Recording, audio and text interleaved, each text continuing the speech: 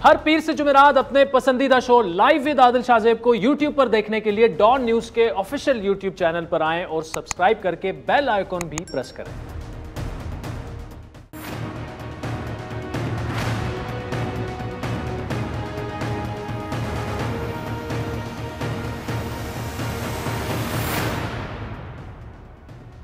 अस्सलाम वालेकुम, मैं हूं आदिल शाहजेब। मुल्क में नाज़रीन सियासी अदम बर्दाश्त इस वक्त इस हद तक बढ़ चुकी है कि विफाक और मुल्क के जो दो बड़े सूबे हैं सिंध और बलूचिस्तान, उनमें एक सियासी तसादुम की सूरत हाल है। विफाक की बात करें तो गुज़श्ता हफ्ते कौमी असम्बली में 3 रोज़ की मुसलसल हंगामा राई के बाद सूरत हाल कदरे बेहतर हुई तो कहा जाने लगा कि सियासी मफामत की स्पीकर साहब की कोशिशें जो हैं वो रंग ले आई हैं, लेकिन एक दूसरे पर जुबानी हमलों का सिलसिला अब भी जारी है। कौमी असम्बली के इजलास के दौरान ही असद कैसर साहब की तरफ से इलेक्शन कवानीन में तरामीम के बिल्स की मंजूरी के मामले पर पार्लिमानी कमेटी बनाने की बात की गई, लेकिन फिर अचानक हुकूमत खुद अपने बयान से फिर गई। इमरान खान के मुशीर बराए पार्लियामेंट बाबर अवान ने प्रेस कॉन्फ्रेंस कर दी कि जो कानून साजी हो गई वो बस हो गई। सूरत हाल दिलचस्प तो उस वक्त हुई जब खुद असद कैसर साहब, जिन्होंने हुकूमत और अपोजिशन को पार्लिमानी कमेटी बनाने और कानून साजी के हवाले से बात करने की तजवीज़ दी थी, वो खुद भी ये कहने लगे कि बात अब आइंदा कानून साजी के लिए उनसे हुई थी, मौजूदा के लिए नहीं। अब हुकूमत की जानिब से ये रवैया अपनाया गया तो दूसरी जानिब अपोजिशन लीडर शहबाज शरीफ ने भी अपने रद्द-ए-अमल में इलेक्शन के हवाले से मंजूर किए गए बिल्स पर मुशावरत के लिए अपोजिशन जमातों की ऑल पार्टीज कॉन्फ्रेंस की तजवीज़ दे डाली। फजलुर रहमान साहब और बिलावल भुट्टो ने शहबाज शरीफ की जानिब से दी गई ये कॉन्फ्रेंस बुलाने की तजवीज़ की हिमायत भी कर दी। अब अपोजिशन ही नहीं, इलेक्शन कमीशन भी हुकूमती बिल्स पर मुसलसल एतराज़ात उठा रहे हैं। इलेक्शन कमीशन ने वफाकी हुकूमत को ख़त लिखकर इंतखाबी इस्लाहत पर तहफ़्फ़ुज़ात का इज़हार किया, लेकिन अब खबर यह है कि वज़ीर-ए-आज़म ने ना तो अपोजिशन और ना ही इलेक्शन कमीशन के एतराज़ात को खातिर में लाया है और उन्होंने बात आगे बढ़ाने का फ़ैसला कर लिया है। आज वफाकी वज़ीर इत्तलात फवाद चौधरी ने साफ साफ कह दिया कि कानून बनाना पार्लियामेंट का काम है और वो सिर्फ पार्लिमानी जमातों के अरकान से बात करेंगे, जमातों के सरबराहान से नहीं। फवाद चौधरी के बकौल कानून साजी जो है वो पार्लियामेंट के अंदर ही होगी और अपोजिशन से मशावरत से वो गुरेजा हैं। अब यहाँ सवाल ये उठता है कि जब मामला फहमी और सियासी मुशावरत की जिम्मेदारी ज़्यादा हुकूमत वक्त पर होती है, लेकिन मामला उलट नज़र आ रहा है। जो APC हुकूमत को इलेक्शन कवानीन पर बुलानी चाहिए वो अपोजिशन बुला रही है। इस सियासी कोशिश को भी हुकूमत एक मजाक करार दे रही है। एक तरफ वफाकी हुकूमत पार्लियामान की तौकीर की बात कर रही है, लेकिन दूसरी जानिब इसी सियासी माजराई के दौरान सिंध हुकूमत के साथ एक नया महाज खोल दिया गया है। एक के बाद एक वफाक का नुमाइंदा कराची जाकर सिंध हुकूमत से लड़ाई बढ़ाने में मसरूफ है। सिंध के सबसे बड़े दुश्मन इस वक्त सिंध के ऊपर राज कर रहे हैं, ये हमारी बदकिस्मती है, लेकिन बहरहाल इंशाल्लाह इनके दिन भी थोड़े हैं। आखिरी इलेक्शन था जो उन्होंने लड़ लिया, कामयाब हो गए। इस बार इंशाल्लाह इमरान खान खुद सिंध में आकर के इलेक्शन कैंपेन जो होगी अगली 2023 की, इमरान खान खुद उसको लीड करेंगे और आप देखेंगे कि सिंध के अंदर अगली हुकूमत इंशाल्लाह PTI की हुकूमत होगी। सिंध में पीपल्स पार्टी की हुकूमत को रीथिंक करना पड़ेगा। और कल बिलावल जरदारी कह रहे थे कि वफाक यहाँ मिसिंग है, वफाक यहाँ कुछ नहीं कर रहा। अगर आप वफाक को इतना मिस करते हैं तो आप एक एप्लीकेशन दे दीजिए कि आप नाअहल हैं, आप यहाँ हुकूमत नहीं कर सकते, वफाक टेक ओवर कर लेगा और बड़े अच्छे से ख्याल रख लेगा। अब वफाक की तरफ से मुसलसल तनकीद का जवाब बिलावल भुट्टो भी दे रहे हैं। तहरीक इंसाफ के नए पाकिस्तान के नारे पर उन्होंने शदीद तनकीद की, जबकि वफाक के इस रवैये पर गुज़श्ता रोज़ हमारे प्रोग्राम में बात करते हुए वज़ीर इत्तलात से नासिर हुसैन शाह ने कहा था कि तहरीक इंसाफ में तरक्की का जीना यही है कि वफाक जो सिंध पर इल्ज़ाम लगाती है उसमें उस पर गालम गलोच तक बात पहुँच जाती है, और उसके अलावा एक बड़ा इल्ज़ाम जो है वो वफाक की जानिब से लगाया जाता है कि जी जो सिंध को 5200 अरब रुपए अब तक दिए गए हैं वो कहाँ गए, सिंध को मिलने वाले 5200 अरब रुपए कहाँ गए, इसका जवाब पीपल्स पार्टी दे। देखें, हमारे पास एक एक चीज़ का जवाब भी है, हिसाब भी है, और जितने भी फंड्स मिले हैं वो ट्रांसपेरेंट तरीके से लगाए गए हैं और जिनकी वजह से हमें जिस पैरामीटर जो है हमारा जो अवाम की अदालत है उससे हमें रिटर्न मिल रहा है। अब वफाक में जारी सियासी माजराई तो कम करने की कोशिश क्या की जाती, सिंध में भी वफाकी हुकूमत ने सूबाई हुकूमत के साथ मामलात मजीद बिगाड़ने की ठान ली है। और बिगाड़ की बात की जाए तो गुज़श्ता दिनों वज़ीर-ए-आज़म इमरान खान और वज़ीर ख़ारजा शाह महमूद कुरैशी ने बैनुल-अक़वामी मीडिया को इंटरव्यूज़ देकर मुल्क का इमेज जिस तरह से सामने अब आ रहा है, सोशल मीडिया पर रिएक्शन है, काफ़ी ख़राब किया। अब उससे सियासी बसीरत की कमी कहें या कुछ और, इस तमाम सूरत हाल पर बात करेंगे। वफाकी वज़ीर जनाब अली ज़ैदी साहब हमारे साथ मौजूद हैं। अली ज़ैदी साहब, आपसे कराची पर भी बात करेंगे, लेकिन वज़ीर-ए-आज़म साहब के इंटरव्यूज़ का काफ़ी कंट्रोवर्शियल मामला चल रहा है। उन्होंने एक स्टेटमेंट दी कि जी no need for nuclear deterrence अगर कश्मीर का मसला हल हो जाता है। अब बड़ा अहम बयान वज़ीर-ए-आज़म ने दिया, क्या इस पर काबीना को एतमाद में लिया? क्योंकि अपोजिशन का सख्त एतराज़ ये है कि इतना अहम पॉलिसी बयान कैसे दे दिया वज़ीर-ए-आज़म ने? देखें अपोजिशन की बातों को आप ज़रा सीरियसली मत लिया करें। उनके पास जो अपने मसले हैं ना, नेसेस ये वो करप्शन के, वो उनको हैंडल करने दें। ये कोई ऐसी चीज़, ये कोई जरा सर्टन थिंग्स, सर्टन इश्यूज़ के काबीना में भी डिस्कस नहीं होती और बहुत छोटे ग्रुप्स में क्लोज डोर्स में होती हैं। तो मैं इसका प्रीवी नहीं हूँ। स्टेटमेंट जो उन्होंने दी है ऑन अ पॉलिटिकल फ्रंट, उसमें गलत बात किया है। कौन दुनिया में, पूरी दुनिया चाह रही है डी न्यूक्लियराइज करने को। तो अगर प्राइम मिनिस्टर ऑफ पाकिस्तान ने अगर ये कहा कि दुनिया पूरी डी न्यूक्लियराइज होने की तरफ जा रही है, तो हम भी हो सकते हैं। न्यूक्लियर हमारा डिटरेंट है। जब से न्यूक्लियर आया है, जब से कोई हिंदुस्तान से जंग नहीं हुई और इंशाल्लाह होगी भी नहीं। और अगर कश्मीर का मसला सॉल्व हो जाता है तो इससे अच्छी बात क्या है? कत्लो गारत किसी को अच्छी लग रही है? जो कश्मीर के यूनाइटेड नेशंस के जो रेजोल्यूशन है उसके ऊपर मसला करें, सॉल्व हो जाएगा। नहीं अली ज़ैदी साहब, इसमें दो राय नहीं है। अमन तो अच्छी बात है, लेकिन हम यकतरफा तौर पर ऐसा ऐलान कैसा कर सकते हैं? क्या इंडिया भी न्यूक्लियर हथियारों के मामले पर वही करेगा जो हम करेंगे? हमें श्योरिटी है? ऑफ कोर्स नहीं करेंगे वन साइडेड। ये तो उन्होंने एक बात की है। ऐसे तो नहीं होगा ना आदिल के जी हम सारे बंद कर दें तो कल इंडिया इधर घूम के आ जाए। इसका मतलब सिर्फ ये कि इंडिया को भी और पाकिस्तान को भी फर्दर न्यूक्लियर आर्मामेंट करने की शायद जरूरत ना पड़े। अच्छा सर, सियासत की तरफ आते हैं। परवेज इलाही साहब की जरदारी साहब से बड़ी अहम आज 1.5 घंटा मुलाकात हुई और इत्तेहादी अक्सर आपसे नाराज भी रहते हैं। क्या इस मुलाकात से आपको परेशान होना चाहिए? परवेज इलाही साहब हमारे, उनका वो हमेशा साथ खड़े रहे हैं पूरे टाइम पे। वो एक इंडिपेंडेंट पॉलिटिकल पार्टी है, हमारे इत्तेहादी हैं।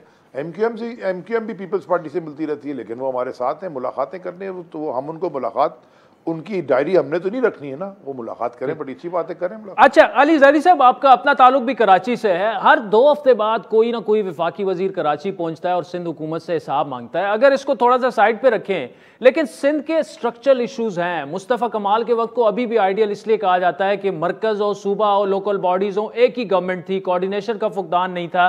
अब ग्राउंड रियलिटीज थोड़ी सी मुख्तलिफ हैं। विफाक में आप हैं, सिंध में पीपल्स पार्टी है। इसमें हो रहा यह है कि अवाम के जो असल मसाइल हैं उससे तवज्जो हट चुकी है और तकरार की वजह यह है कि जी आप कह रहे हैं नहीं चलने देंगे, आइंदा हुकूमत तरीके इंसाफ की आएगी, पीपल्स पार्टी ने यह कर दिया वो कर दिया। हमने क्या मना किया है अवाम के मसाइल ना हल करें? देखिए कमेटी बना के जो अवाम के जो बड़े इशूज थे वो तो फेडरल गवर्नमेंट कर रही है। मतलब आप मुझे बताएं कि नाले साफ करना फेडरल गवर्नमेंट का काम है, FWO का काम है, NDMA का काम है, हम कर रहे हैं। क्या तजावुजात वहाँ जो बिठाए वो किसने बिठाए थे? फेडरल गवर्नमेंट ने बिठाए थे। ये 15 साल से हुकूमत कर रहे, कितने साल हो गए इनको, इन्होंने बिठाए। अब उठा हम रहे हैं। क्या ये जो K4 की पाइपलाइन है वो कराची को पानी देना फेडरल गवर्नमेंट कर रही है। जो सर्कुलर रेलवे फेडरल गवर्नमेंट कर रही है। हर MNAs को फंड मिल रहे हैं। आप मेरे इलाके में चले, मैं आपको दिखाऊंगा कितना काम हुआ है। एक वजीर है मेरे नीचे सूबा सईद गनी साहब, एक PS 104 में जो एक सीट वो जीते थे कराची से, तो वो अब काम जाके वहाँ हल्के में जाके पूछे काम कर रहा कौन है? हम बना रहे हैं कि वो बना रहे हैं? हमने तो छोटी छोटी गलियां भी नहीं छोड़ी।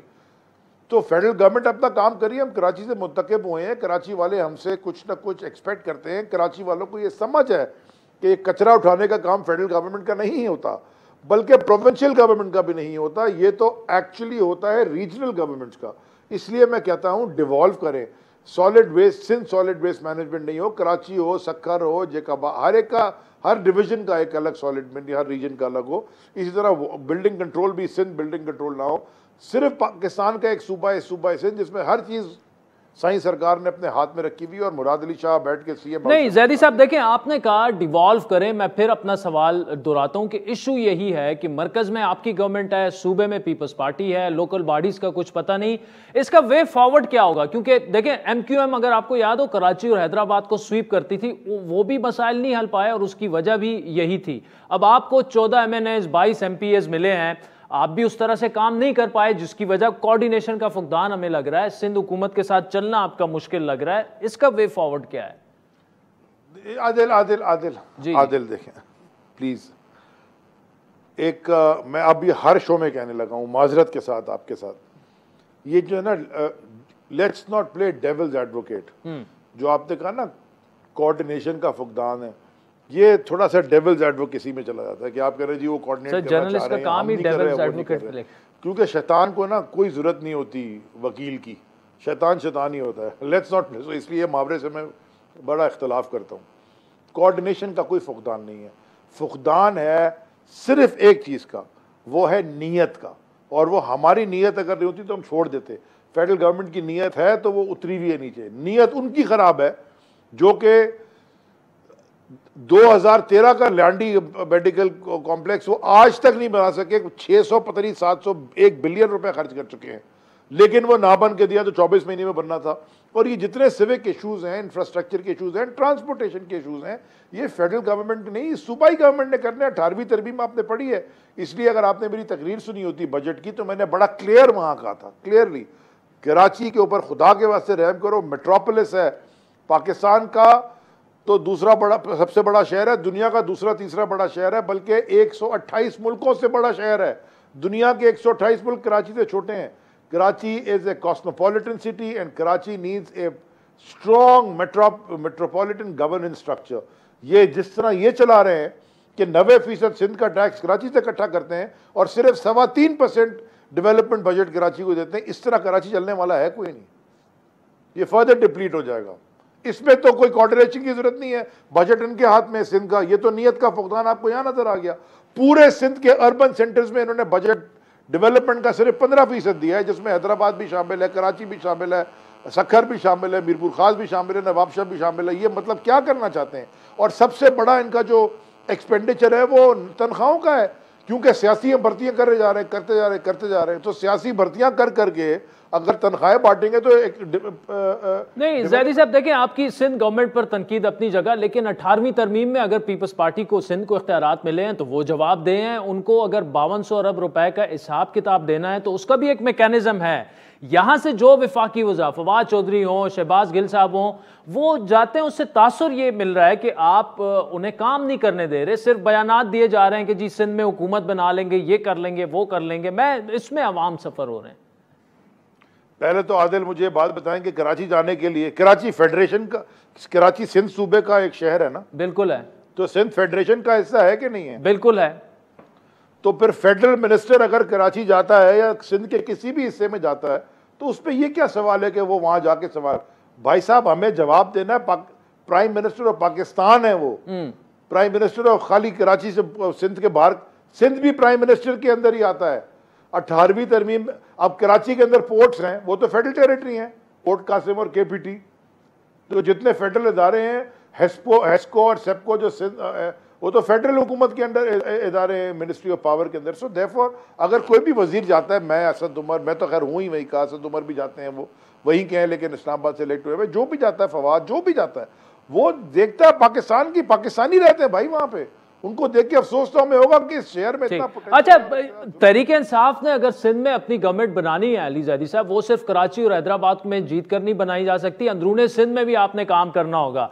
अब तहरीक इंसाफ की अगर बतौर पार्टी का वो ना कि आपने अंदरूने सिंध में क्या काम किया, स्ट्रक्चरल काम अपनी पार्टी का आपने क्या किया है कि आप सिंध में गवर्नमेंट बना लेंगे? हुकूमत तो ऐसी बनती है ना।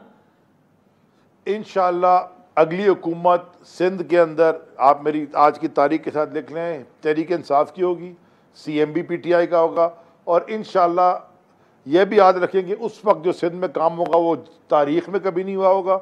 और ये भी मैं बताता चलूँ कि जो हमारी स्ट्रैटेजी है वो मैं मीडिया में बिल्कुल आपको बताने नहीं लगा। इंशाअल्लाह आप आके बैठे, इंशाअल्लाह खाना खाएं, मैं आपको अकेले में बता दूंगा। अच्छा अली ज़ैदी साहब, आप कह रहे हैं कि सिंध में आंदा हुकूमत आप बना लेंगे, लेकिन अभी कराची में जो ज़िमनी इंतखाबात हुए उसमें 5वें नंबर पर PTI आई। इससे ज्यादा रिग्ड बाय इलेक्शन मैंने देखा नहीं, साफ बात कर रहा हूं मैं आपसे। ठीक हो गया? चलें अली ज़ैदी साहब, thank you so much for joining us. साज़ीन, वक्त चाहता है एक ब्रेक का, जिसके बाद गुफ्तगू करेंगे अफगानिस्तान की, कश्मीर की, खित्ते के जो हालात हैं बड़ी तेज़ी से तब्दील हो रहे हैं। हमें ज्वाइन करेंगी साबिक वज़ीर ख़ारजा हिना रब्बानी खैर साहबा और सीनियर साफ़ी और तजज़ियाकार सलीम साफ़ी साहब भी हमारे साथ मौजूद होंगे हमारे साथ।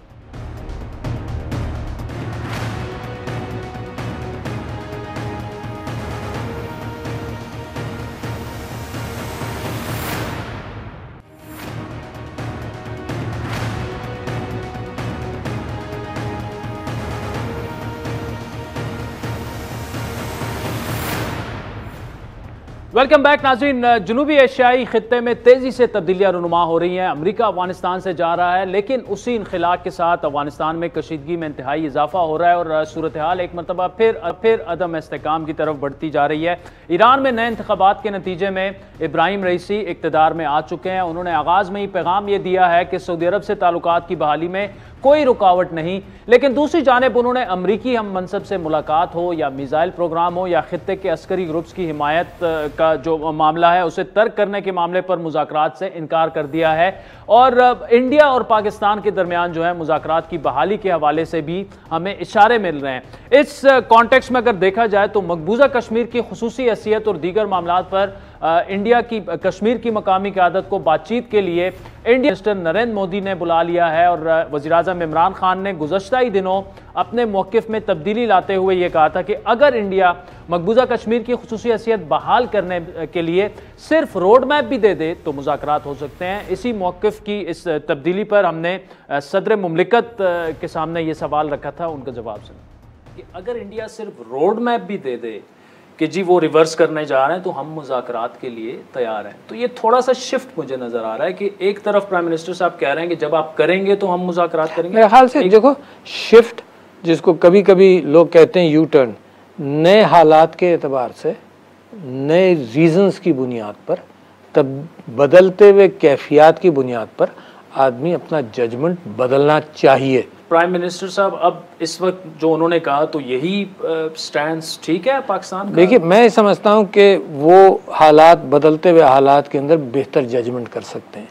फिर कश्मीर जिस तरह से अब डिस्कस हुआ पिछले 15-20 साल। अब नाज़रीन, खित्ते में तेज़ी से बदलती हुई सूरत हाल में जहाँ पाकिस्तान की अहमियत बढ़ी है वहीं खदशात भी बढ़े हैं। पाकिस्तान ने वाज़ेह पोजीशन लेते हुए इंडिया के साथ मामलात के मुस्तकबिल पर भी रोशनी डालते हुए ये कहा है कि अगर कश्मीर का मसला हल हो जाएगा तो उन्हें लगता है कि दोनों मुल्कों को जो जोरी हथियारों की ज़रूरत नहीं पड़ेगी। ये प्राइम मिनिस्टर इमरान खान साहब ने कहा। The moment there's a settlement on Kashmir, I believe the two neighbors will live as civilized people. We will not need to have these nuclear deterrents.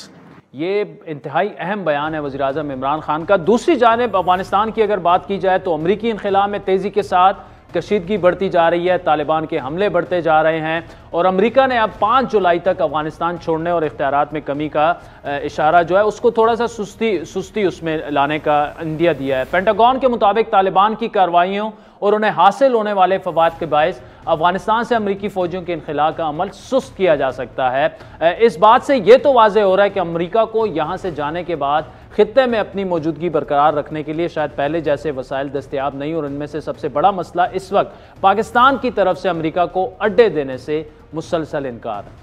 Will you allow the American government to have CIA here in Pakistan to conduct cross-border counter-terrorism missions against Al-Qaeda, ISIS or the Taliban?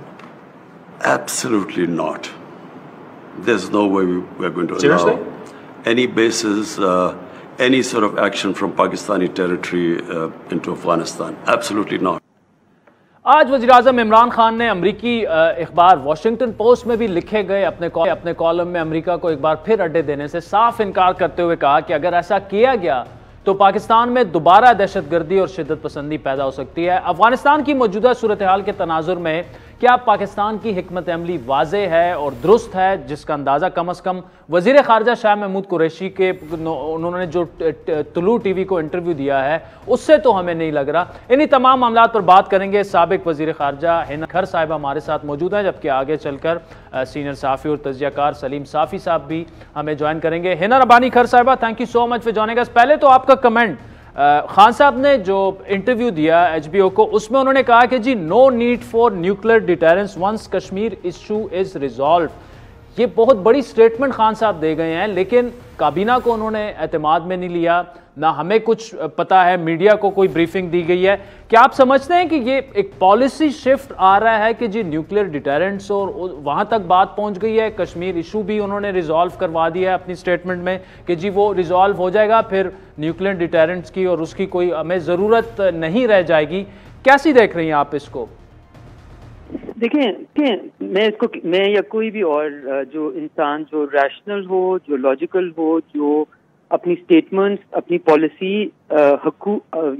हकाइक पे मबनी करता हो या base करता हो, वो India के past behaviour को देखे, मोदी साहब की इंडिया को, I am not talking about Nehruvian India और मनमोहन सिंह इंडिया और Vajpayee India, we talking about Modi India, और फिर वो ये ख्वाब देखे कि कश्मीर का इशू भी रिजॉल्व हो जाएगा और न्यूक्लियर डेटरेंस की भी जरूरत नहीं पड़ेगी। कोई भी आप अपने घर की मैनेजमेंट भी इस तरह नहीं करते जिस तरह इस कंट्री की मैनेजमेंट हो रही है इस वक्त, because you have to have long term interest of the country and not be frivolous with your policy statement और the change of direction.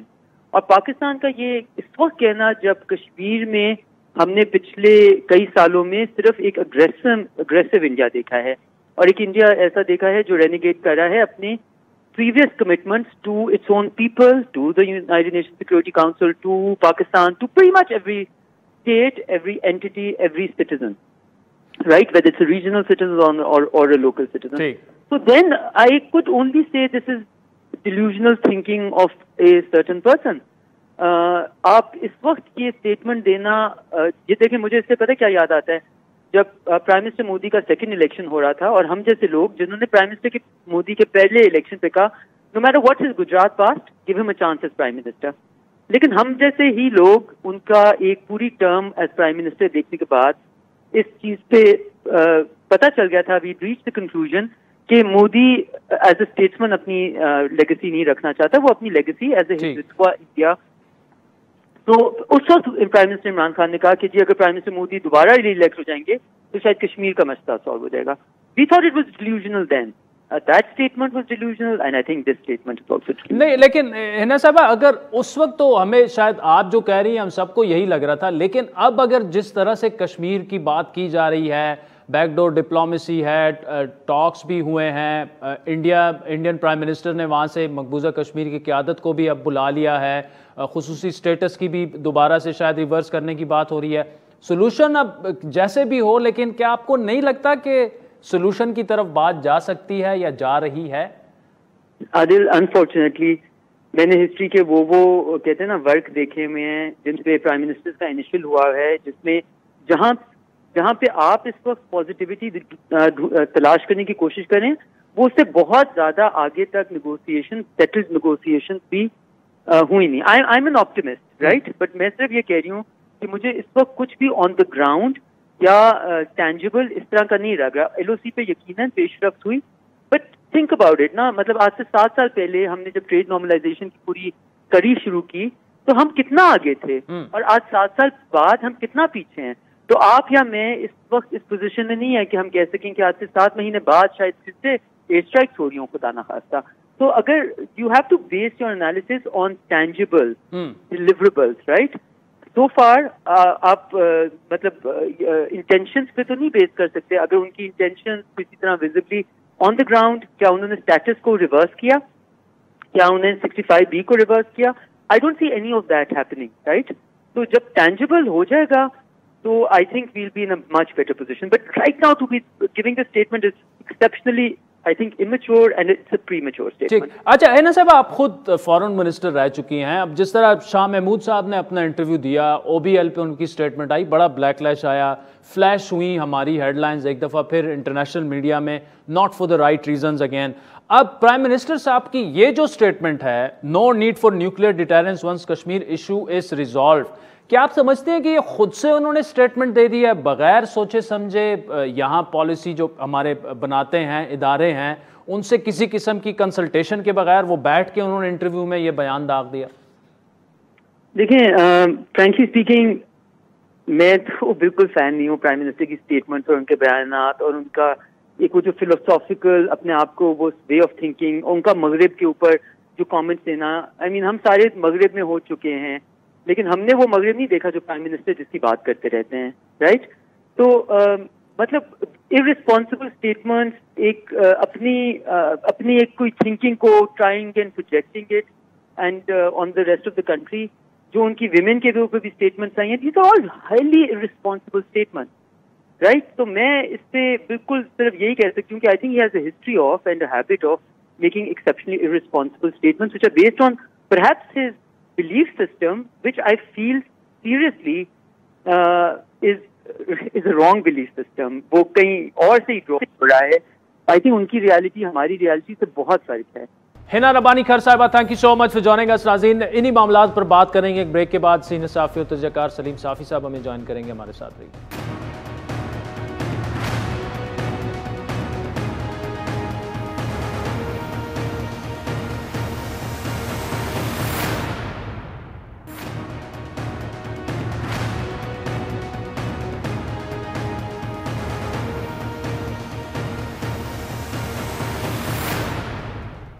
Welcome back नाज़रीन। सलीम साफ़ी साहब हमारे साथ मौजूद हैं। ब्रेक से पहले हिना रब्बानी खर साहिबा अफगानिस्तान, कश्मीर और ख़ित्ते के उमूर पर बातचीत हमारे साथ कर रही थी। साफ़ी साहब, जितना हमें यहाँ से अफगानिस्तान का मामला पेचीदा लग रहा है, क्या उससे भी ज़्यादा पेचीदा है? वे फॉरवर्ड उसका आपको क्या नज़र आ रहा है?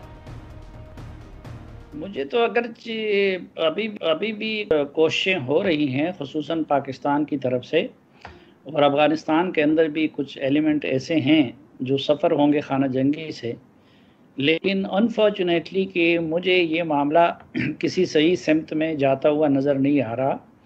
और ये जो अमरीकियों ने कह दिया है कि हम अपने विड्रॉल को स्लो करेंगे, तो अब इसमें क्या चीज़ वो स्लो कर सकते हैं? टोटल उनके 2500 फ़ौजी रह गए थे और वो 2500 में भी आधे से ज़्यादा उन्होंने निकाल दिए हैं। बेसिस मैक्सिमम उन्होंने खाली कर दिए हैं।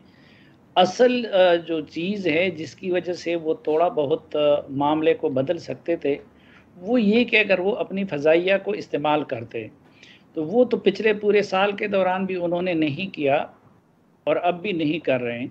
तो अपनी बेसिस में उनके फ़ौजी कुछ अरसे के लिए रहें या ना रहें, मेरे ख़्याल में उस सूरत हाल पे कोई ख़ास फ़र्क नहीं पड़ेगा। ठीक है। और इस वक्त तो पोजीशन ये है कि अफ़गान हुकूमत काफ़ी डिमोरलाइज हो चुकी है, और दूसरी तरफ तालिबान, कोई दिन ऐसा नहीं गुज़रता कि वो कोई ना कोई डिस्ट्रिक्ट कब्ज़ा ना कर रहे हों, और अफ़गानिस्तान से जो सरमाया और जहन वाले लोग हैं वो खाना जंगी के खौफ से निकल रहे हैं, और कतर मुज़ाकरात जिस तरीके से हो रहे हैं। ठीक। अच्छा साफ़ी साहब, देखें आज की भी अभी अपडेट ये है कि तालिबान ने ताजिकिस्तान बॉर्डर क्रॉसिंग पर कब्जा कर लिया। अब तालिबान की इस वक्त जो मेंटेलिटी है कि वो ताकतवर हरीफ के तौर पर अब बात कर रहे हैं। इस वक्त अफगानिस्तान में एक आइनी हुकूमत मौजूद है, उनके साथ बैठने को तैयार नहीं है। ये बड़ी कन्फ्यूज सूरत हाल है और लग रहा नहीं है खुदा न ख्वास्ता कि ये मामलात अमन की तरफ जाएंगे। जी बिल्कुल, यही मेरा भी ख्याल है, और ये कन्फ्यूजन पैदा की है ख़ुद अमेरिकन ने। ठीक। आप देखें कि माजी में प्रेसिडेंट बुश हो या प्रेसिडेंट ओबामा हो या ख़ुद डोनाल्ड ट्रंप शुरू में, वो बार बार ये यकीन दिलाते रहे कि हम अफ़गानिस्तान को अपनी हाल पे तनहा नहीं छोड़ेंगे। वो कहते थे कि हम 90 को रिपीट नहीं करेंगे। फिर ओबामा ने भी अगर एग्ज़िट की बात की थी तो उसके साथ उन्होंने सर्ज भी किया था। और ख़ुद जो डोनाल्ड ट्रंप शुरू में आए इक़्तिदार में, और उन्होंने जो पहली अफ़गान पॉलिसी दी, उसमें उन्होंने न सिर्फ ये कि फ़ौजी क़ुव्वत मज़ीद बढ़ाने की बात की थी, बल्कि उस तकरीर में उनकी ये बात भी थी कि अगर इस वक्त हम अफ़गानिस्तान को उसकी हालत पे छोड़ दें तो अफ़गानिस्तान दोबारा खाना जंगी की तरफ जा सकता है और टेररिज्म का शिकार टेररिज्म का फिर वो हब बन सकता है। लेकिन अचानक उसने यू टर्न लिया, और यू टर्न लेके एक तो अफ़गान हुकूमत की हैसियत को काफ़ी उसने कंप्रोमाइज़्ड बना दिया, उसको बाईपास करके तालिबान के साथ मुज़ाकरात का आगाज़ करके। फिर जो तालिबान के साथ उसने डील की, तो उसमें ख़ुद अमेरिका ने तो तालिबान को जंगबंदी पे आमादा नहीं किया। अब अफ़गान हुकूमत की पोजीशन ख़ुद अमेरिका ने कमज़ोर कर दी। उसके बाद तालिबान का मोराल आसमान पे चला गया, अफ़गान हुकूमत का मोराल ज़मीन पे आ गया, और तालिबान समझते हैं कि जल्द या बदेर काबुल और पूरा अफ़गानिस्तान उनकी झोली में आ गिरेगा। पूरी दुनिया के ममालिक उनके साथ राब्ते करने लगे हैं। अब ख़ुद अमरीकियों ने तो वो काम नहीं किया, उनकी इक़दामात की वजह से तालिबान का मोराल आसमान पे चला गया और अफ़गान हुकूमत की ये पोजीशन हो गई। और अब अमेरिका पाकिस्तान पे ही दबाव डाल रहा है कि आप तालिबान को जंगबंदी पे भी आमादा करें और अफ़गान हुकूमत के साथ मुज़ाकरात के लिए बिठाकर उनको उन टर्म्स पे ले आएँ जिसका अफगान हुकूमत मुतालबा कर रही है। तो मेरे ख्याल में जो सूरत हाल है उसकी जिम्मेदार खुद अमरीकी है। अफगान हुकूमत को भी बहुत गिला अमेरिका से है, लेकिन ज़ाहिर है कि अमेरिका का उस तरह से कंडेमनेशन नहीं कर सकती वो जिस तरह पाकिस्तान वगैरह का करती है। और बाकी हामिद करज़ई जैसे लोग भी ये समझते हैं कि अमरीकियों ने बिट्रे किया है अफगान हुकूमत को और अफगान सिविल सोसाइटी। अच्छा साफ़ी साहब, अगर पाकिस्तानी कॉन्टेक्स्ट में अब बात करें, वज़ीर-ए-आज़म वाज़े तौर पर कह चुके हैं कि कोई अड्डे वगैरह हम अमेरिका को नहीं देंगे, लेकिन ऑप्शंस पाकिस्तान के पास क्या है? देखिए, अमेरिका को यहाँ पर अपनी प्रेजेंस चाहिए खित्ते में। हमें भी ये पता है कि जी पाकिस्तान की अपनी मजबूरियाँ हैं, IMF की बात की जाए, FATF की बात की जाए, ये मामला कैसे सेटल डाउन होता देख रहे हैं आप? देखिए, अमेरिका इस वक्त भी दुनिया की बड़ी ताकत है और पाकिस्तान इस वक्त इकोनॉमिक क्राइसिस से गुजर रहा है और जिस से निकलने के लिए उनको IMF और वर्ल्ड बैंक या इस तरह के जिन इदारों की मदद की ज़रूरत है उनका रिमोट अमेरिका के हाथ में है। तो यकीनन पाकिस्तान अमेरिका का भी कई हवालों से मुहताज है, लेकिन उसके साथ साथ एक और हकीकत भी ये है कि पाकिस्तान के अंदर ये सोच फ़रोग पा रही है कि ख़ुद अमेरिका अफ़गानिस्तान को स्टेबलाइज नहीं करना चाहता। इस वक्त अफ़गानिस्तान में स्टेबिलिटी और अमन अफ़गानिस्तान के बाद सबसे ज़्यादा पाकिस्तान की ज़रूरत है और वहाँ पे अमन का मुतमन्नी चीन है, रूस है, ईरान है, जो पड़ोसी ममालिक हैं जो उससे मुतासिर होंगे। और अमरीकी तो जब तक उनकी अफवाज यहाँ पे थी तो उस वक़्त तक स्टेबिलिटी उसकी ज़िम्मेदारी थी। तो पाकिस्तान और चीन और इस तरह के ममालिक में ख़ुद ये खौफ है कि शायद जानबूझ के अमेरिका अफ़गानिस्तान को इस हालत के सपुर्द कर रहा है ताकि चीन और पाकिस्तान वगैरह के जो इस खित्ते में CPEC और इस तरह के दीगर प्रोजेक्ट या बेल्ट एंड रोड के तहत जो इनिशिएटिव्स हैं चीनी हुकूमत के सेंट्रल एशियन रियासतों से होकर रूस तक जो कॉरिडोर जाता है या फिर ईरान की तरफ जो जाता है, तो वो अमल का रूप ना धार सकें। दूसरी बात यह है कि ये मुतालबा अमरीकी बहुत पहले पाकिस्तान की मिलिट्री लीडरशिप से कर चुके हैं और अमरीकी पाकिस्तान की मिलिट्री लीडरशिप इसी तरह कैटेगोरिकली उनको ना कर चुकी है। तीसरी बात यह है कि 9/11 की सूरत हाल में और मौजूदा सूरत हाल में ज़मीन व आसमान का फ़र्क है। उस वक़्त UN के सिक्योरिटी कौंसिल की रिजोल्यूशन थी, अब इस तरह की कोई चीज़ नहीं है। कि नाज़रीन, पेचीदा होती सूरत हाल पर सीनियर साफ़ी और तजज़ियाकार सलीम साफ़ी साहब हमारे साथ गुफ्तगू कर रहे थे। वक्त तो चाहता है एक ब्रेक का, जिसके बाद KP के फाइनेंस मिनिस्टर तैमूर झगड़ा साहब हमें ज्वाइन करेंगे हमारे साथ।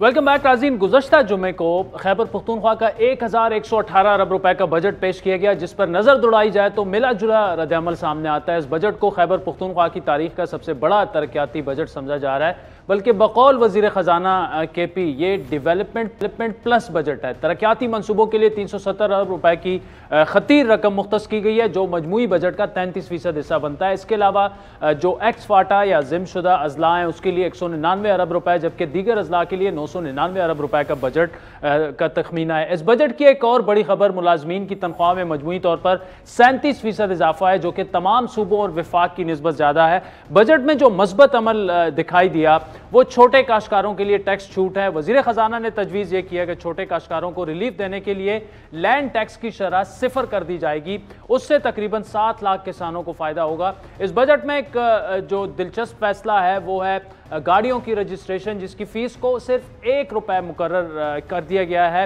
इस इकदाम को सोशल मीडिया पर काफ़ी पजीराई मिली।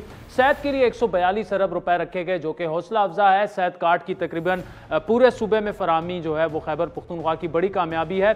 दूसरी जानिब एतराज़ ये है कि सूबाई हुकूमत पहले रवा माली साल के बजट के वाज़े अदाद शुमार अभी तक नहीं बता पाई। उसके बाद आइंदा माली साल के बजट की जांच पड़ताल जिससे हो सकती है। उनका बजा तौर पर एतराज़ ये भी है कि खैबर पख्तूनख्वा हुकूमत वफाकी हुकूमत से पन बिजली के खालिस मुनाफे और बकाया जात के हुसूल में मुकम्मल तौर पर नाकाम रही है। और फिगर्स ये हैं कि रवा माली साल के बजट में 58 अरब रुपए में से सिर्फ 22 अरब रुपए की वसूली हुई और पख्तूनख्वा हुकूमत ने वफाक के साथ सूबे के हुकूक के लिए दो टोक मौक़िफ़ ना अपनाकर सूबाई महासिल को नुकसान पहुँचाया। इन तमाम मामलात पर बात करेंगे। हमें ज्वाइन किया खैबर पख्तूनख्वा के वज़ीर ख़जाना तैमूर सलीम साहब ने। झगड़ा साहब, जो बजट आपने पेश किया उसमें अहम खबर तो यही है कि गाड़ियों की रजिस्ट्रेशन पर जो टैक्स है वो सिर्फ ₹1 कर दिया गया। अब क्या इसमें कोई हिडन चार्जेस भी होंगे? उसको काफ़ी मजबूत लिया गया है सोशल मीडिया पर भी। मैं चाहूँगा थोड़ा सा आप एक्सप्लेन करें, फिर उस पर फर्दर सवाल होंगे। कोई हिडन चार्जेस नहीं है। 3 बड़े टैक्स रिफॉर्म्स हैं। वैसे उसके अलावा KPRA के भी कोई 30 के रेट्स जो हैं वो 1%, 2%, 5%, 10% जो स्टैंडर्ड है रिड्यूस्ड है। लेकिन 3 जो बड़े रिफॉर्म्स थे, एक एग्रीकल्चर लैंड टैक्स को जीरो करना 7 लाख छोटे फार्मर्स के लिए, दूसरा सबके लिए इस साल के लिए प्रोफेशनल टैक्स को जीरो करना, और तीसरा और जो शायद सबसे ज्यादा जिसने पब्लिक और मीडिया इमेजिनेशन को कैप्चर किया वो है कार रजिस्ट्रेशन को ₹1 करना। बिल्कुल हम पिछले साल भी बात कर रहे थे जब हम बजट बना रहे थे कि खैबर पख्तूनख्वा की गाड़ियां जो है वो पंजाब में, इस्लामाबाद में रजिस्टर होती हैं, सड़कें वो इस्तेमाल करती हैं पेशावर की, खैबर पख्तूनख्वा की, उनको वापस लाना था। जब ये हुआ था उसकी एक वजह थी, वॉर ऑन टेरर था। तो एक बड़ी मजेदार मीटिंग हो रही थी, उसमें एक्साइज वालों से कहा कि आप रेट्स कम कर दें। तो उन्होंने कहा रेट्स कम करने से भी फिलहाल गाड़ियां जो है वो वापस नहीं आएंगी, आप हमें जीरो करने दें। ठीक। तो फिर मैंने कहा कि जीरो नहीं, ₹1 कर दें, क्योंकि ₹1 से public imagination from a marketing perspective बेहतर कैप्चर होगी। तैमूर सलीम झगड़ा साहब, thank you so much for joining us. नाज़रीन, आज के प्रोग्राम पर आपके फीडबैक के मुंतज़िर रहेंगे। हमारा ट्विटर हैंडल है @आदिल शाज़ेब। मुझे मेरी टीम से इजाज़त दीजिए।